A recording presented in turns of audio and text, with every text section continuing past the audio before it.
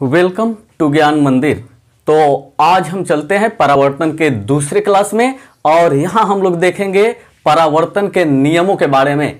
तो परावर्तन के नियम जानने से पहले यह जानना जरूरी है कि परावर्तन होता क्या है और उसमें आने वाले कुछ पद हैं, कुछ छोटे छोटे टर्म हैं जिन्हें जान लेना जरूरी है। और वो टर्म है आपका किरण आरेख क्या होता है, आपतित किरण क्या होती है, परावर्तित किरण, अभिलंब, आपतन कोण, परावर्तन कोण, और तब हम देखेंगे परावर्तन के नियम और समतल दर्पण पर लंबवत किरण का परावर्तन। तो इन सब टॉपिक पर हम विस्तार से चर्चा करेंगे। तो चलिए चलते हैं। सबसे पहले हम देखते हैं परावर्तन यानी प्रकाश का परावर्तन क्या होता है।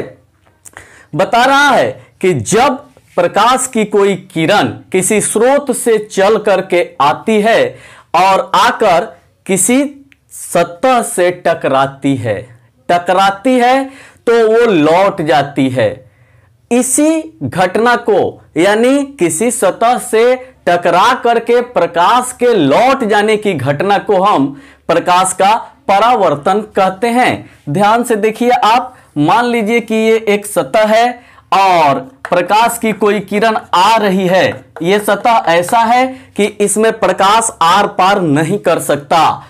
तो क्या होगा, किसी स्रोत से ये प्रकाश की एक किरण आ रही है, इस किरण को मैंने लिया तो कह रहा है कि ये किरण जब टकराएगी इस सतह से तो ये लौट जाएगी, यानी ये लौटेगी और इसके लौटने की ये प्रक्रिया जो हो गई, ये लौटने वाला प्रोसेस हो गया। इसे कहा जाता है कि प्रकाश का परावर्तन हुआ। क्या हुआ, आया प्रकाश और टकरा करके सतह से लौट गया, तो इसे क्या कहेंगे कि प्रकाश का परावर्तन हो गया।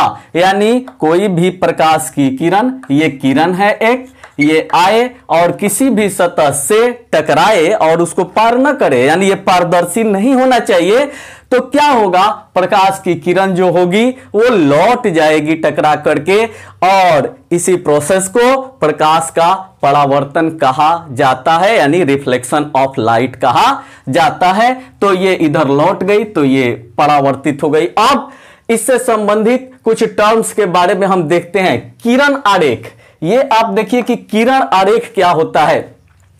प्रकाश चल रहा है तो किसी न किसी रास्ते पर चल रहा है, यानी प्रकाश की जो भी किरण होती है इसको जब हम चित्र के माध्यम से दर्शाते हैं, इसके किरणों को जब हम किसी चित्र के माध्यम से दर्शाते हैं तो यह चित्र जो होता है वो किरण आरेख के नाम से जाना जाता है। यानी कि प्रकाश के चलने के रास्ते को जब किसी तस्वीर, किसी फिगर, किसी किरण से हम रिप्रेजेंट करें यानी दर्शाएं तो यह फिगर कहलाता है क्या चीज, किरण आरेख। तो ये आपने देखा कि किरण आरेख क्या होता है।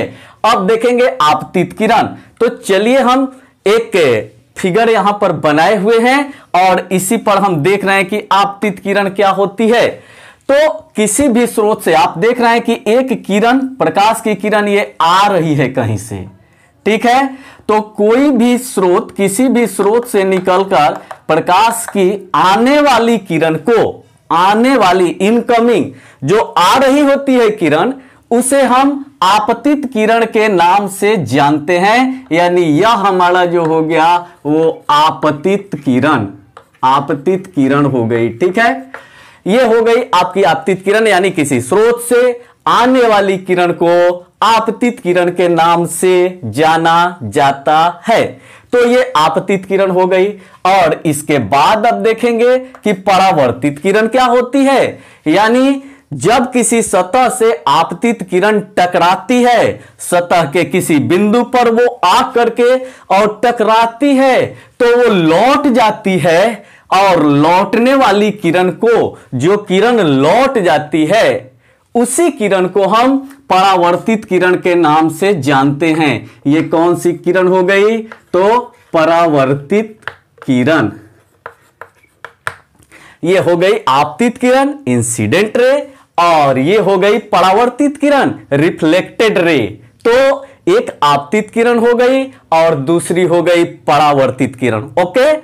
अब देखते हैं आगे का टर्म अभिलंब क्या होता है। ये अभिलंब, जैसा आप जानते हैं कि किसी भी सतह पर अभिलंब का मतलब क्या होता है, उस सतह पर या उस लाइन पर आप एक ऐसी रेखा खींच दें जो 90 डिग्री का कोण बनाए उस सतह के साथ उस बिंदु पर, तो हम कहते हैं कि यह अभिलंब है। इसी प्रकार से किसी भी सतह पर, किसी भी बिंदु पर, किसी भी सतह के किसी भी बिंदु पर 90 डिग्री का कोण बनाती हुई रेखा अभिलंब कहलाती है। यानी हर बिंदु पर हम अभिलंब खींच सकते हैं।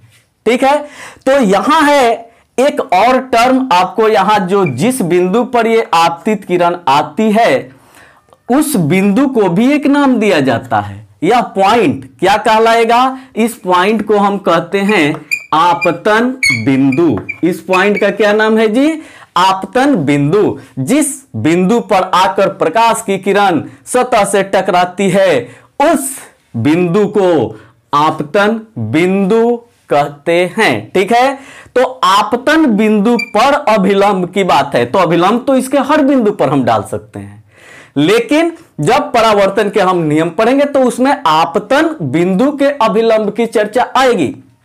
तो देखिए यहां क्या है, बताया जा रहा है कि आपतन बिंदु पर अभिलंब, यानी इस बिंदु पर हम अगर एक 90 डिग्री का कोण बनाता हुआ ये रेखाखंड खींच दें तो यह जो होता है आपतन बिंदु पर अभिलंब कहलाता है। यानी यह हो गया आपका अभिलंब, और कहां पर है ये, तो आपतन बिंदु पर अभिलंब है।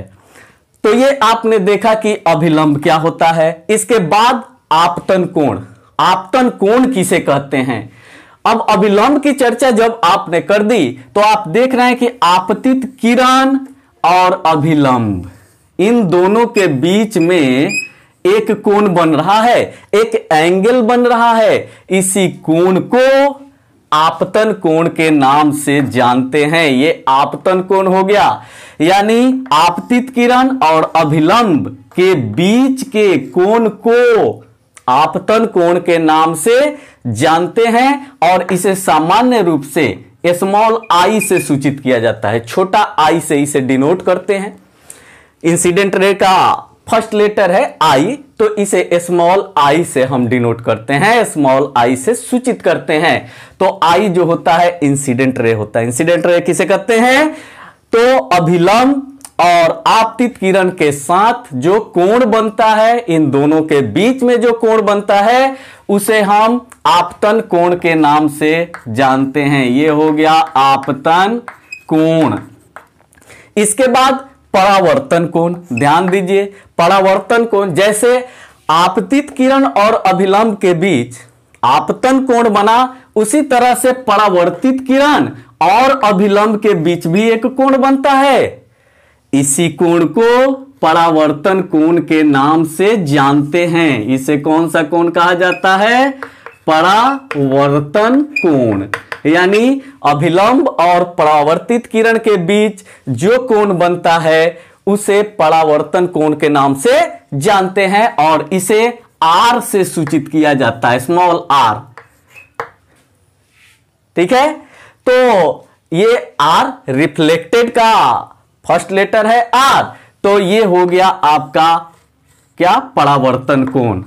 ठीक है, तो आई और आर आप देख रहे हैं कि आपतन कोण और परावर्तन कोण बन रहे हैं। इसके बाद हम देख रहे हैं, अब चलेंगे परावर्तन के नियम पर कि तब परावर्तन का नियम क्या होता है। चलिए देखते हैं कि ये परावर्तन का नियम क्या है। परावर्तन के नियम की चर्चा हमें देखनी है, तो हम चलते हैं।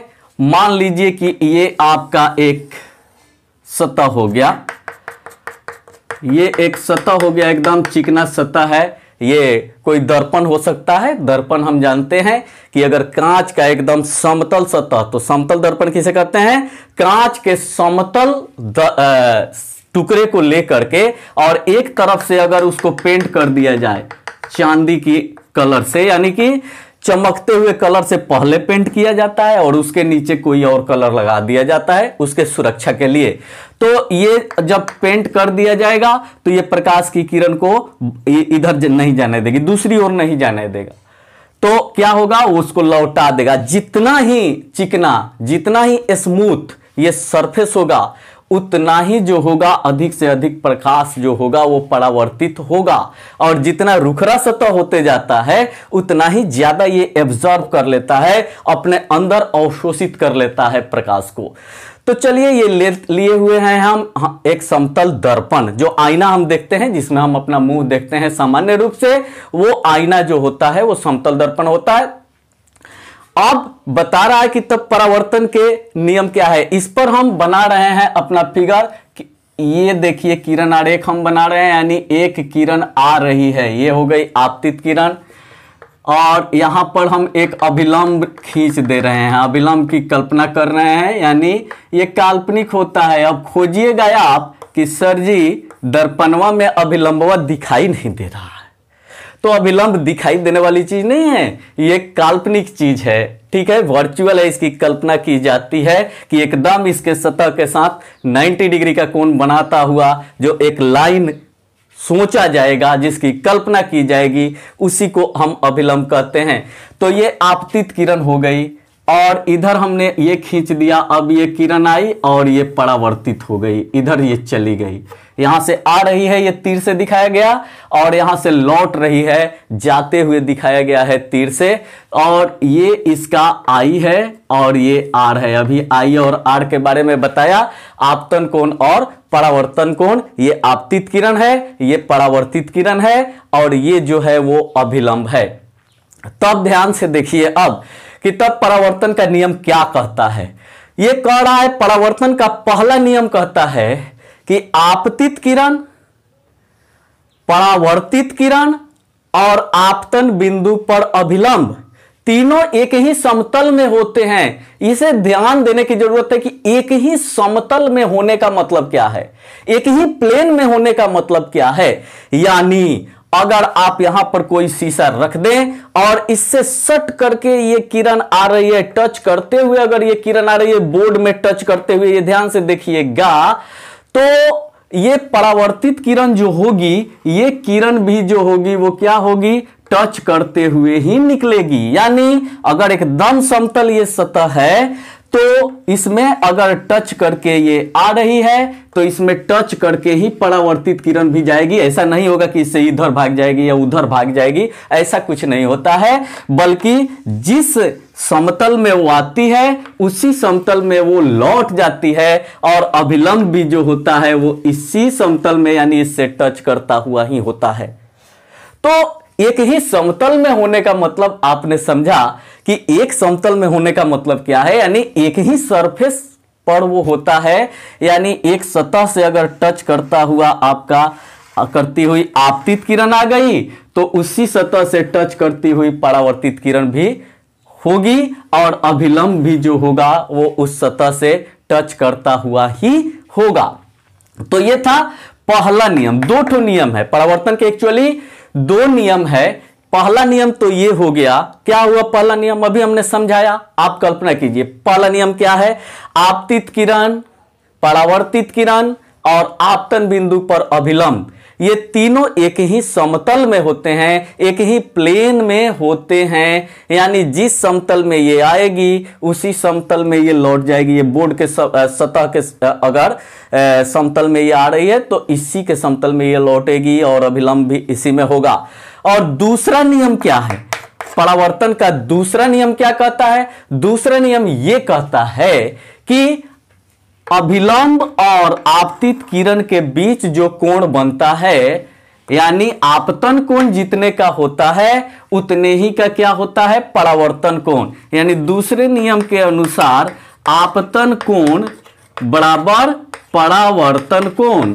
तो आपतन कोण और परावर्तन कोण बराबर होते हैं, यानी आपतन कोण को अगर हम I माने और परावर्तन कोण को अगर R माने हुए हैं तो I इक्वल टू क्या हो जाएगा, R के हो जाएगा। यानी ये दोनों कोण आपस में बराबर, जितना कोण बनाता हुआ ये बनाती हुई आपतित किरण आएगी उतना ही कोण बनाते हुए परावर्तित किरण लौट जाएगी। किसके साथ? तो इस अभिलंब के साथ, यानी अभिलंब के साथ जितने का कोण बनाते हुए ये आएगी, अभिलंब के साथ ही उतने ही का कोण बनाते हुए वो क्या हो जाएगी? लौट जाएगी। तो निश्चित रूप से जब ये कोण और ये कोण बराबर हो गए तो ये कोण और ये कोण भी क्या हो जाएंगे? आपस में बराबर हो जाएंगे, क्योंकि यहां से यहां तक टोटल 90 डिग्री, यहां से यहां तक टोटल 90 डिग्री। तो आप ध्यान दीजिएगा कि 90 डिग्री में से ही बराबर बराबर चीज घटा लिया गया तो ये जो मिलेगा हमको बराबर बराबर ही मिलेगा। तो सतह और आपतित किरण के साथ जो कोण बनता है वो कोण परावर्तित किरण और सतह के साथ बनने वाले कोण के भी बराबर होता है। इस बात को ध्यान में रखने की जरूरत है। तो नियम ये कहता है कि आपतन कोण और परावर्तन कोण बराबर होते हैं, यानी अभिलंब और आपतित किरण का कोण और अभिलंब और परावर्तित किरण का कोण आपस में बराबर होता है। तो ये आपने देखा दूसरा नियम। तो सामान्यतः पूछा जाता है परीक्षाओं में कि परावर्तन के नियमों को लिखें, तो आप क्या लिखेंगे? पहला ये लिखेंगे कि आपतित किरण, परावर्तित किरण और आपतन बिंदु पर अभिलंब तीनों एक ही समतल में होते हैं। और दूसरा क्या लिखेंगे? आपतन कोण और परावर्तन कोण बराबर होते हैं। अब इसे किस रूप का क्वेश्चन पूछ रहा है? ऑब्जेक्टिव पूछ रहा है कि शॉर्ट पूछ रहा है कि लॉन्ग पूछ रहा है? किस रूप से? तो लॉन्ग पूछेगा तो कुछ और उसमें डिस्क्राइब करने को दे देगा आपको। अब ये इस क्लास का अंतिम टॉपिक हम देख रहे हैं, समतल दर्पण पर लंबवत किरण का परावर्तन। ये तो हुआ कि कोई कोण बनाते हुए आई और उतने ही का कोण बनाते हुए लौट गई। तो बात वही है सेम कि लंबवत ही कोई किरण आ रही है। अगर 90 डिग्री का कोण बनाते हुए इसी पर अभिलंबे पर अगर कोई किरण आ रही है तो अब वो कहां जाएगी लौट करके? तो अभिलंब पर जो किरण आएगी वो अभिलंब के साथ कितने का कोण बनाएगी? 0 डिग्री। किसी भी अगर कोई कहे कि इसी पर जो है, इस पर अगर हम एक और लाइन खींच दें तो उस लाइन, पहले वाले लाइन और इस लाइन के बीच का कोण क्या होगा? तो 0 डिग्री होगा, कोई कोण ही नहीं दिखाई देगा। तो वही बात है कि अगर लंबवत किरण जो है, अगर अभिलंब पर एकदम लंबवत आ रही है या ऐसे भी किसी भी सतह पर लंबवत किरण आएगी तो जहां पर आपतित होगी वहां पर अभिलंब खींचेंगे तो यही रेखा हो जाएगी। तो जितने का कोण ये बनाते हुए आएगी परावर्तन के नियम से उतने ही का कोण बनाते हुए क्या हो जाएगी? लौट जाएगी। तो हमने ये देखा कि अगर 0 डिग्री अभिलंब का अभिलंब के साथ कितने का कोण होगा? 0 डिग्री का होगा। तो फिर लौटने वाली किरण भी 0 डिग्री का ही कोण बनाते हुए जाएगी। तो आई अगर नीचे ऐसे तो लौट जाएगी फिर इसी पर वैसे, यानी किसी भी सतह पर, समतल सतह पर लंबवत आने वाली जो किरण होती है वो उसी रास्ते पर लौट जाती है। तो ये हुआ आपका आज का अंतिम टॉपिक। और आगे फिर हम देखेंगे परावर्तन में, अभी और सारी चीजें पढ़नी है। तो ये वीडियो चूंकि बड़ा हो जाएगा इसलिए इस क्लास को हम यहीं पर ओवर करते हैं। तो मिलते हैं फिर अगले क्लास में, तब तक के लिए पढ़ते रहिए।